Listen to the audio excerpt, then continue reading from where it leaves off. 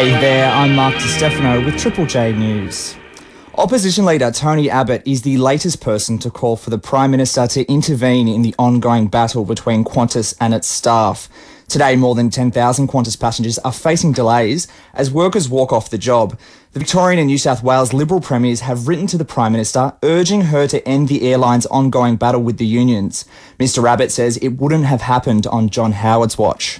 Under the former government, workplace disputes sank to record lows. This is happening on the Prime Minister's watch. It's her responsibility and she should do something. It's National Bandana Day today, and youth cancer support group Canteen is calling on people to buy and wear a bandana to help young people living with cancer.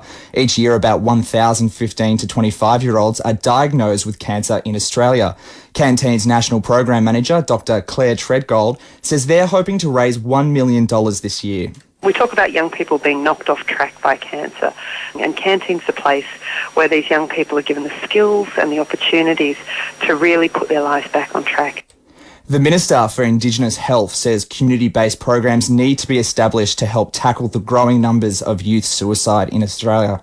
Warren Snowden says he's concerned the number of attempted suicides has doubled in the past 4 years.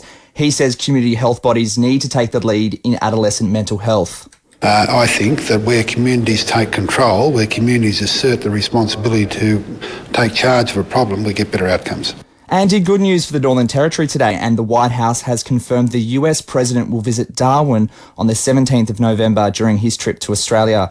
Barack Obama will stop briefly in Darwin on his way to Indonesia for the East Asia Summit. It'll be the first time a sitting US President has travelled to the Northern Territory. The President's visit is timed to mark the 60th anniversary of Australia's alliance with the United States.